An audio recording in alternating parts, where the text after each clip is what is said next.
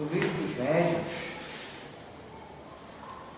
capítulo 14, médiuns sensitivos ou impressionáveis. Assim se designam as pessoas suscetíveis de sentirem a presença dos espíritos por uma vaga impressão, uma espécie de roçadura sobre todos os membros, da qual não podem se dar conta. Esta variedade não tem um caráter bem definido. Todos os médiuns são necessariamente impressionáveis, e a impressionabilidade, assim, é antes uma qualidade geral do que especial. É a faculdade rudimentar indispensável ao desenvolvimento de todas as outras. Difere da impressionabilidade puramente física e nervosa, com a qual é preciso não confundi-la, porque há pessoas que não têm nervos delicados e que sentem mais ou menos o efeito da presença dos espíritos, da mesma forma que há outras muito irritáveis que não os sentem absolutamente. Esta faculdade se desenvolve pelo hábito e pode adquirir tal sutileza que aquele que dela está dotado reconhece, na impressão que sente, não só a natureza boa ou má do espírito que está ao seu lado, mas também sua individualidade, como um cego reconhece por um certo não sei o que, a aproximação de tal ou tal pessoa torna-se, com relação aos espíritos, um verdadeiro sensitivo. Um bom espírito tem sempre uma impressão doce e agradável. A de um mau espírito, ao contrário, é penosa, ansiosa e desagradável. Há como um cheiro de impureza.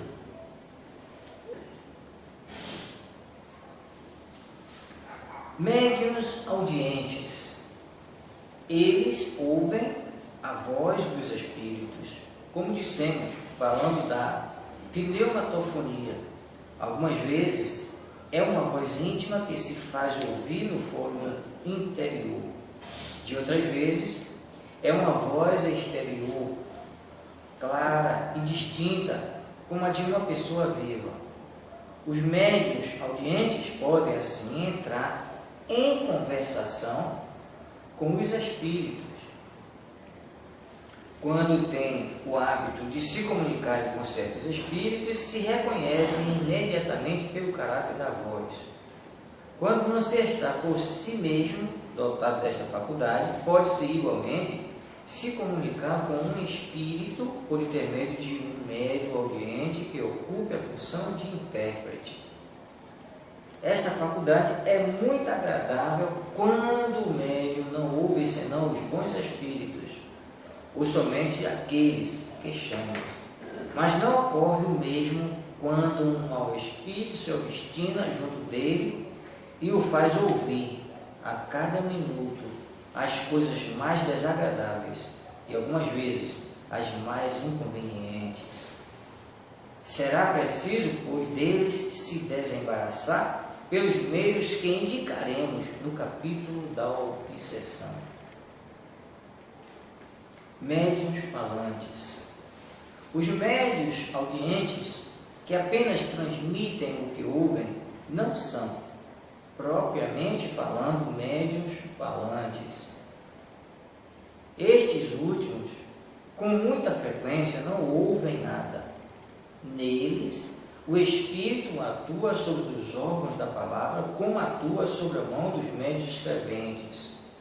O Espírito, querendo se comunicar, serve-se do órgão, no qual encontra mais flexibilidade no médium.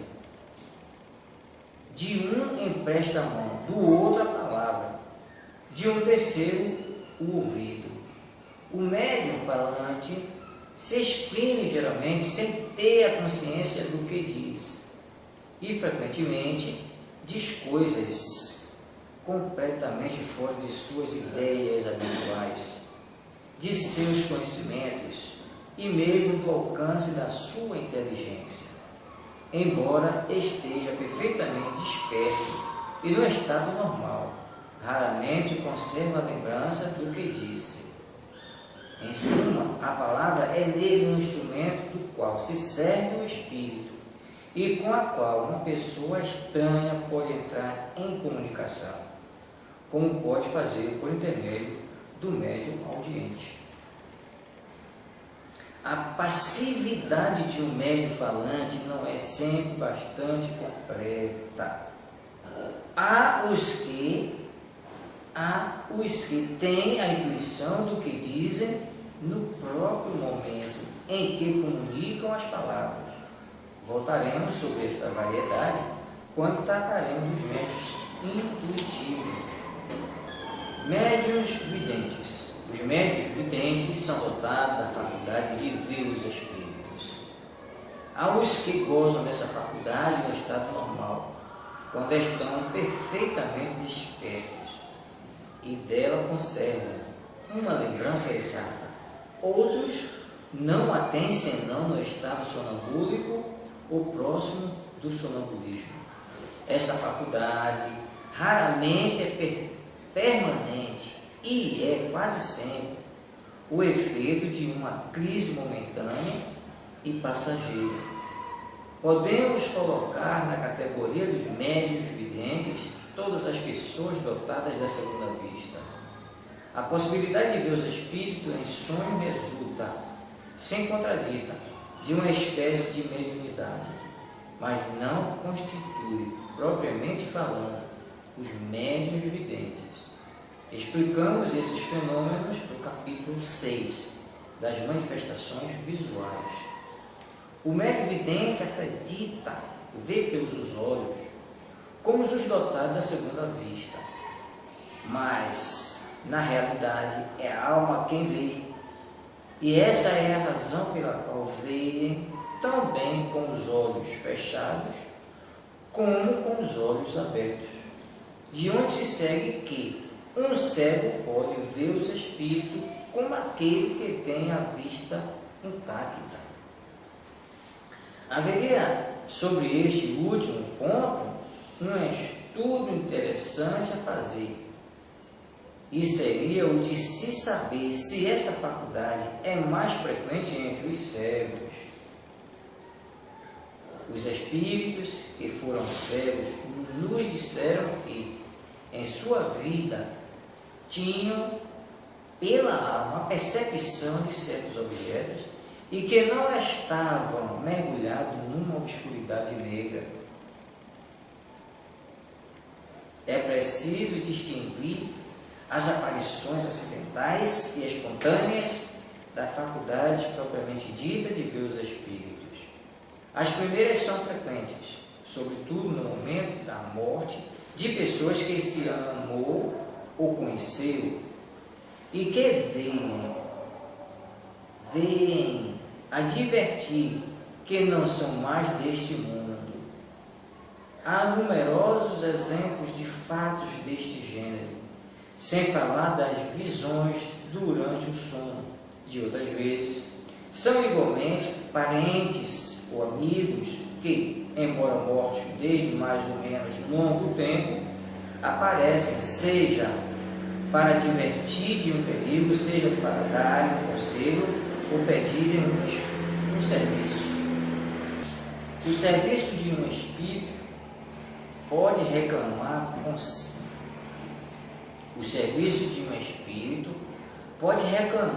consiste geralmente no cumprimento de uma coisa que não pôde fazer em sua vida ou no socorro das preces.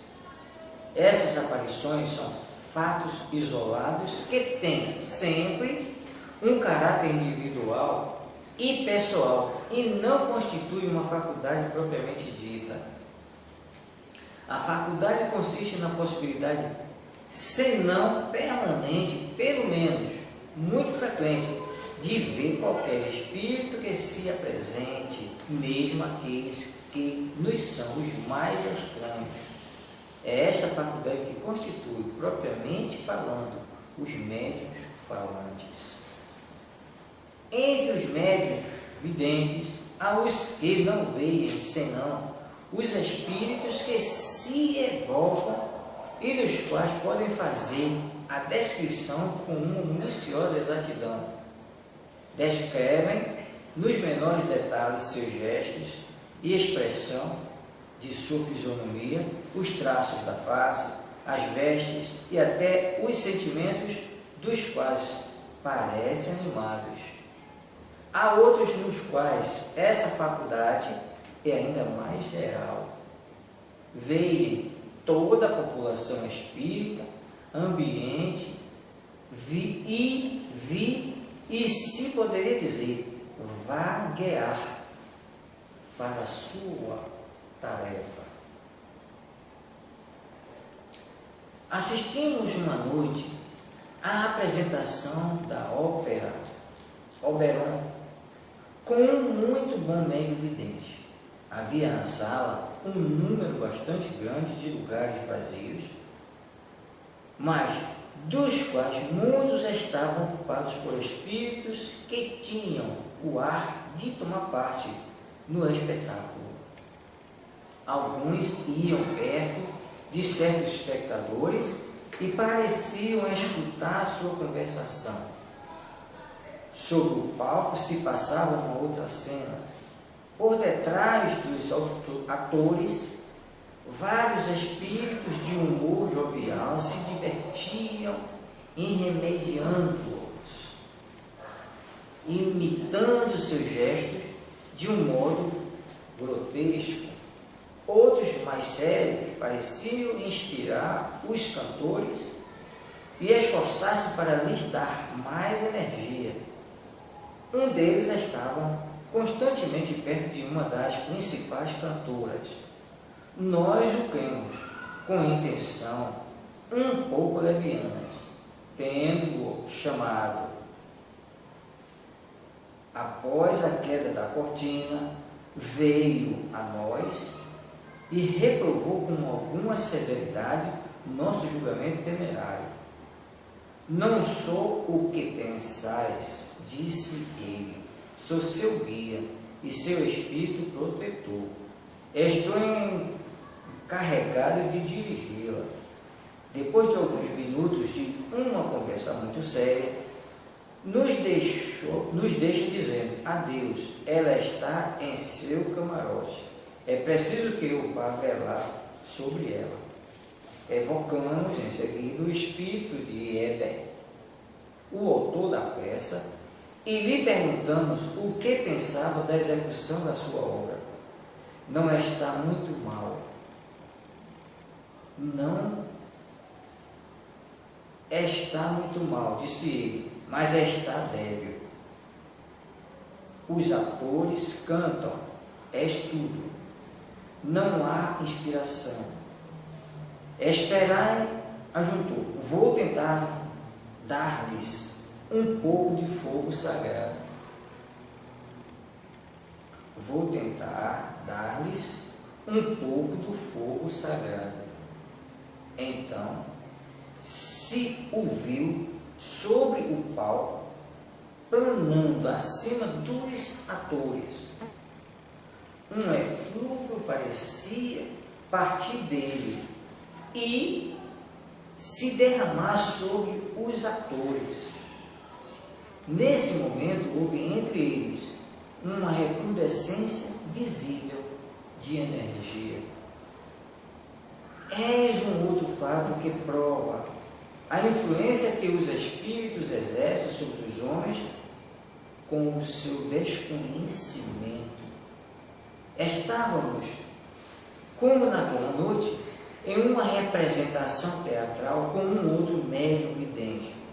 Tendo iniciado uma conversação com um espírito espectador, este nos disse, vede aquelas duas senhoras sozinhas naquele camarote de primeira?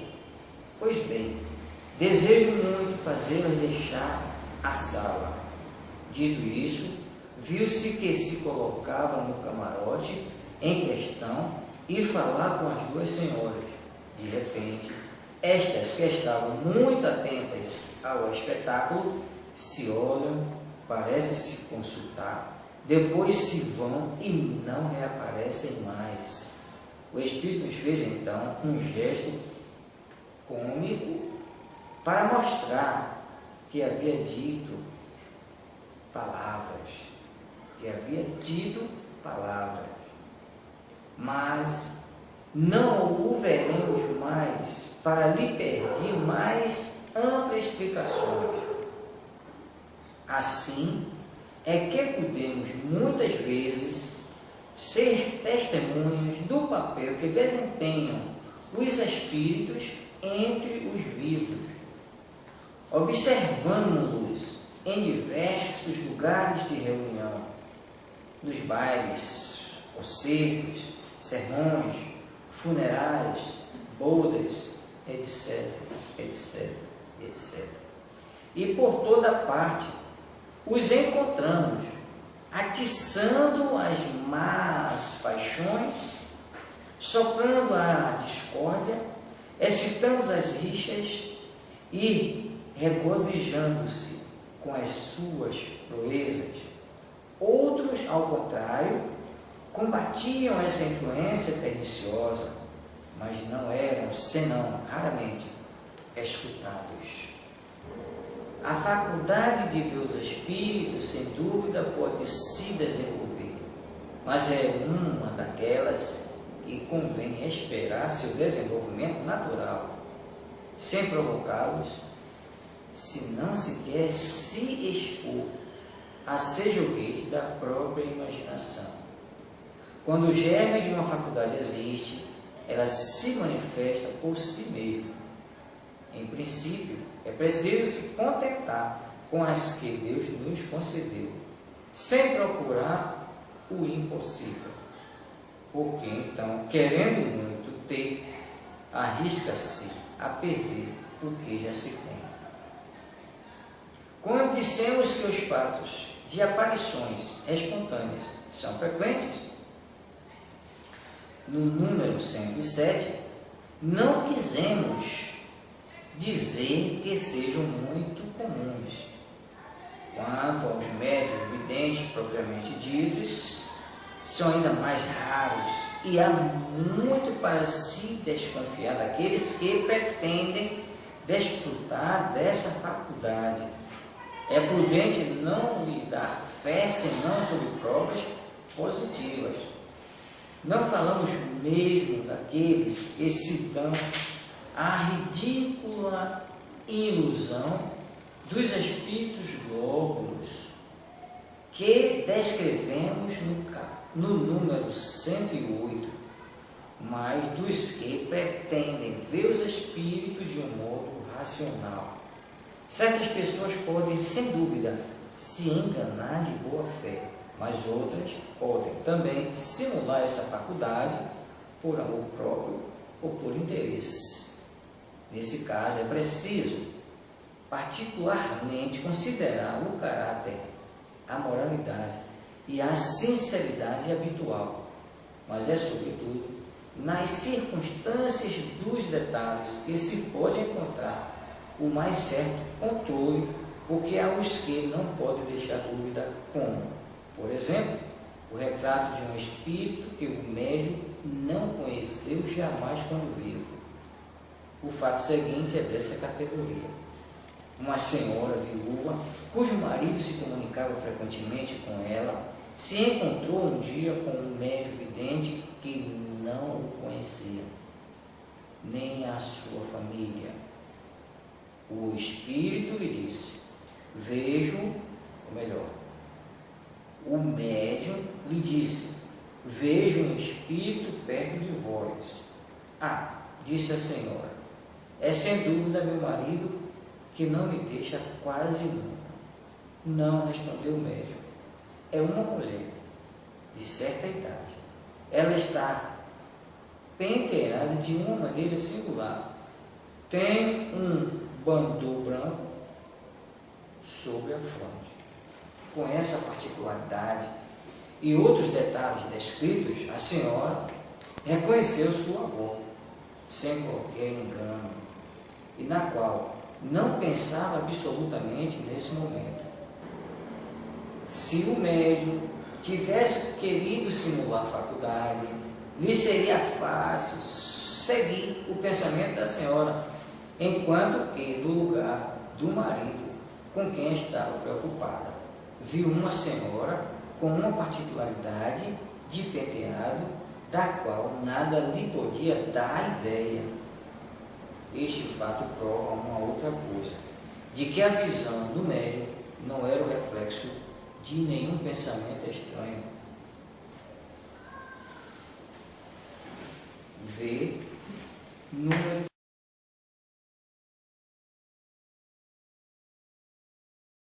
Correção, médiuns audientes 164. Estes ouvem a voz dos espíritos.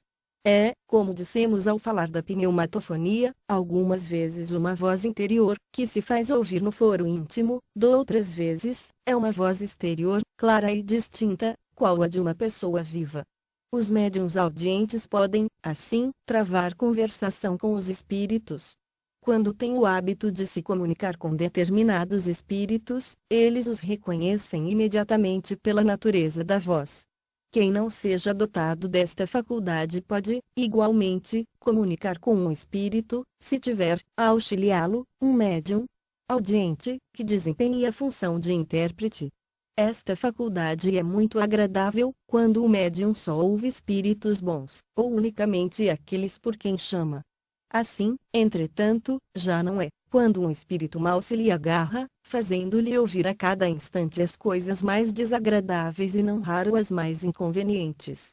Cumpre-lhe, então, procurar livrar-se desses espíritos, pelos meios que indicaremos no capítulo da obsessão. 2. Correção 168.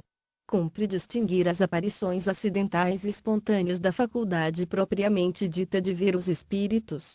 As primeiras são frequentes, sobretudo no momento da morte das pessoas que aquele que vê amou ou conheceu e que o vem prevenir de que já não são deste mundo. Há inúmeros exemplos de fatos deste gênero, sem falar das visões durante o sono. Doutras vezes, são, do mesmo modo, parentes, ou amigos que, conquanto mortos há mais ou menos tempo, aparecem, ou para avisar de um perigo, ou para dar um conselho, ou, ainda, para pedir um serviço. O serviço que o espírito pode solicitar é, em geral, a execução de uma coisa que lhe não foi possível fazer em vida, ou o auxílio das preces. Estas aparições constituem fatos isolados, que apresentam sempre um caráter individual e pessoal, e não efeito de uma faculdade propriamente dita. A faculdade consiste na possibilidade, se não permanente, pelo menos muito frequente de ver qualquer espírito que se apresente, ainda que seja absolutamente estranho ao vidente. A posse desta faculdade é o que constitui, propriamente falando, o médium vidente. Entre esses médiuns, alguns há que só veem os espíritos evocados e cuja descrição podem fazer com exatidão minuciosa. Descrevem-lhes, com as menores particularidades, os gestos, a expressão da fisionomia, os traços do semblante, as vestes e, até, os sentimentos de que parecem animados. Outros, há em quem a faculdade da vidência é ainda mais ampla, vêem toda a população espírita ambiente, a se mover em todos os sentidos, cuidando, poder-se-ia dizer, de seus afazeres. 169. Assistimos uma noite à representação da ópera Oberon, em companhia de um médium vidente muito bom. Havia na sala grande número de lugares vazios, muitos dos quais, no entanto, estavam ocupados por espíritos, que pareciam interessar-se pelo espetáculo. Alguns se colocavam junto de certos espectadores, como que a lhes escutar a conversação. Cena diversa se desenrolava no palco, por detrás dos atores muitos espíritos, de humor jovial, se divertiam em arremedá-los, imitando-lhes os gestos de modo grotesco, outros, mais sérios, pareciam inspirar os cantores e fazer esforços por lhes dar energia. Um deles se conservava sempre junto de uma das principais cantoras. Julgando-o animado de intenções um tanto levianas e tendo evocado após a terminação do ato, ele acudiu ao nosso chamado e nos reprochou, com severidade, o temerário juízo. Não sou o que julgas, disse, sou o seu gula e seu espírito protetor, sou encarregado de dirigi-la. Depois de alguns minutos de uma palestra muito séria, deixou-nos, dizendo, adeus, ela está em seu camarim, é preciso que vá vigiá-la. Em seguida, evocamos o espírito Weber, autor da ópera, e lhe perguntamos o que pensava da execução da sua obra. Não de todo má, porém, frouxa, os atores cantam, eis tudo. Não há inspiração. Espera, acrescentou, vou tentar dar-lhes um pouco do fogo sagrado. Foi visto. Daí a nada, no palco, pairando acima dos atores. Partindo dele, um como eflúvio se derramava sobre os intérpretes. Houve, então, nestes, visível recrudescência de energia. 170. Outro fato que prova a influência que os espíritos exercem sobre os homens, a revelia destes, assistíamos, como nessa noite, a uma representação teatral, com outro médium vidente. Travando conversação com um espírito espectador, disse-nos ele, vês aquelas duas damas sós, naquele camarote da primeira ordem. Pois bem, estou esforçando-me por fazer que deixem a sala. Dizendo isso, o médium o viu ir colocar-se no camarote em questão e falar às duas. De súbito, estas, que se mostravam muito atentas ao espetáculo, se entreolharam, parecendo consultar-se mutuamente. Depois, vão-se e não mais voltam. O espírito nos fez então um gesto cômico, querendo significar que cumprira o que dissera. Não é tornamos a ver, para pedir-lhe explicações mais amplas, assim que muitas vezes fomos testemunha do papel que os espíritos desempenham entre os vivos. Observamo-los em diversos lugares de reunião, em bailes, concertos, sermões, funerais, casamentos, etc., e por toda parte os encontramos atiçando paixões mais, soprando discórdias, provocando rixas e rejubilando-se com suas proezas. Outros, ao contrário, combatiam essas influências perniciosas, porém, raramente eram atendidos. 3. Correção: uma senhora, viúva, cujo marido se comunica frequentemente com ela, estava certa vez em companhia de um médium vidente, que não a conhecia, como não lhe conhecia a família. Disse-lhe o médium, em dado momento, vejo um espírito perto da senhora. Ah, disse esta por sua vez, e com certeza meu marido, que quase nunca me deixa. Não, respondeu o médium, é uma mulher de certa idade, está penteada de modo singular, traz um bandó branco sobre a fronte. Por essa particularidade e outros detalhes descritos, a senhora reconheceu, sem haver possibilidade de engano, sua avó, em quem naquele instante absolutamente não pensava. Se o médium houvesse querido simular a faculdade, fácil-lhe fora acompanhar o pensamento da dama. Entretanto, em vez do marido, com quem ela se achava preocupada, ele vê uma mulher, com uma particularidade no penteado, da qual coisa alguma lhe podia dar ideia. Este fato prova também que a vidência, no médium, não era reflexo de qualquer pensamento estranho, veja-se o N. 102.